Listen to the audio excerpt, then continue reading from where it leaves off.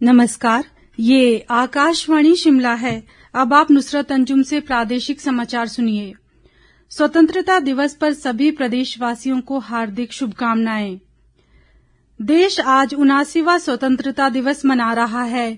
प्रधानमंत्री नरेंद्र मोदी ने दिल्ली के लाल किले की प्राचीर से राष्ट्रीय ध्वज फहराया और राष्ट्र को संबोधित किया।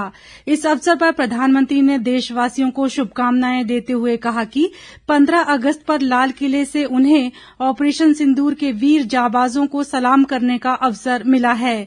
प्रधानमंत्री ने कहा कि इस घटना से पूरा हिंदुस्तान आक्रोश से भरा हुआ था और ऑपरेशन सिंदूर इसी आक्रोश की अभिव्यक्ति है।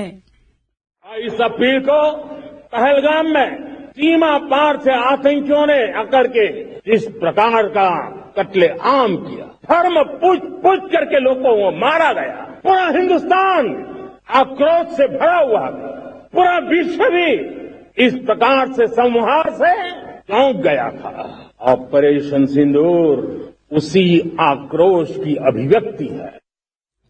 प्रधानमंत्री ने कहा कि हमने परमाणु ऊर्जा के क्षेत्र में बड़े सुधार किए हैं। उन्होंने कहा कि 11 वर्षों में सौर ऊर्जा 30 गुना बढ़ी है और देश में मिशन हरित हाइड्रोजन पर हजारों करोड़ रुपए निवेश किए जा रहे हैं। उन्होंने कहा कि हमने प्रधानमंत्री धन धान्य कृषि योजना शुरू की है, जिसमें पिछड़ रहे 100 जिलों के किसानों को सशक्त बनाया जाएगा। उन्होंने कहा कि देश में खेलकूद को बढ़ावा देने के लिए राष्ट्रीय खेल नीति के तहत खेलों और खिलाड़ियों का सर्वांगीण विकास किया जा रहा है। इधर प्रदेश का राज्य स्तरीय स्वतंत्रता दिवस समारोह मंडी जिले के सरगाघाट में आयोजित किया जा रहा है, जहां मुख्यमंत्री सुखविंदर सिंह सुक्खू राष्ट्रीय ध्वज फहराएंगे और विभिन्न टुकड़ियों द्वारा प्रस्तुत मार्च पास्ट का निरीक्षण कर सलामी लेंगे। विधानसभा अध्यक्ष कुलदीप सिंह पठानिया ऊना, जबकि उप मुख्यमंत्री मुकेश अग्निहोत्री शिमला के ऐतिहासिक रिज मैदान पर जिला स्तरीय स्वतंत्रता दिवस समारोह की अध्यक्षता करेंगे।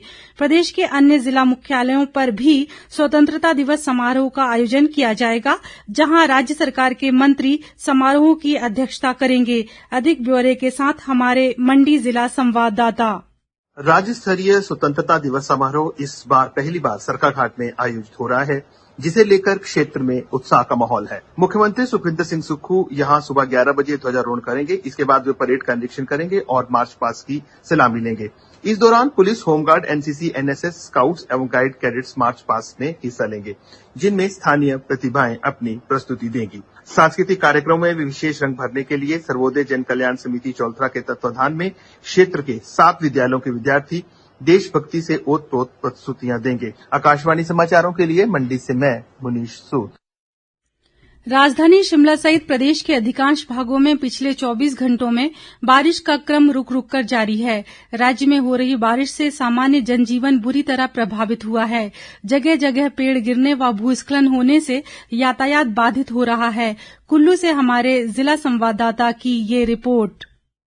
कुल्लू जिला में बीती रात झमाझम बारिश होती रही, जिसके चलते ब्यास नदी सहित अन्य सहायक नदी नाले उफान पर हैं। वहीं भारी बारिश के कारण ग्रामीण इलाकों की कई सड़कें बंद पड़ी हैं। भारी वर्षा के कारण कुल्लू मंडी राष्ट्रीय राजमार्ग बार बार कई स्थानों पर पहाड़ी से पत्थर गिरने व मलबा आ जाने से बंद हो जा रहा है, जिस कारण यहां के किसान बागवान खासे परेशान है, क्योंकि उनका उत्पाद समय पर बाहर की मंडियों में नहीं पहुंच पा रहा है। इसके अलावा बंजार के बठाड़ में बादल फटने की घटना के बाद क्षतिग्रस्त हुई सड़कों को ठीक करने का काम किया जा रहा है। आकाशवाणी के लिए कुल्लू से आशीष शर्मा। राज्य परिचालन केंद्र के अनुसार प्रदेश में भूस्खलन से 2 राष्ट्रीय उच्च मार्गों सहित 472 सड़कें यातायात के लिए अभी भी बंद हैं। इसके अलावा 721 बिजली ट्रांसफार्मर और 192 पेयजल योजनाएं भी बाधित हैं। राज्य में अब तक वर्षा से जुड़ी घटनाओं में 247 लोगों की मौत हो चुकी है, जबकि 36 लोग लापता हैं। मौसम विभाग ने 20 अगस्त तक प्रदेश में मानसून की वर्षा जारी रहने की संभावना जताई है और इस दौरान कुछ क्षेत्रों में भारी वर्षा का येलो अलर्ट है।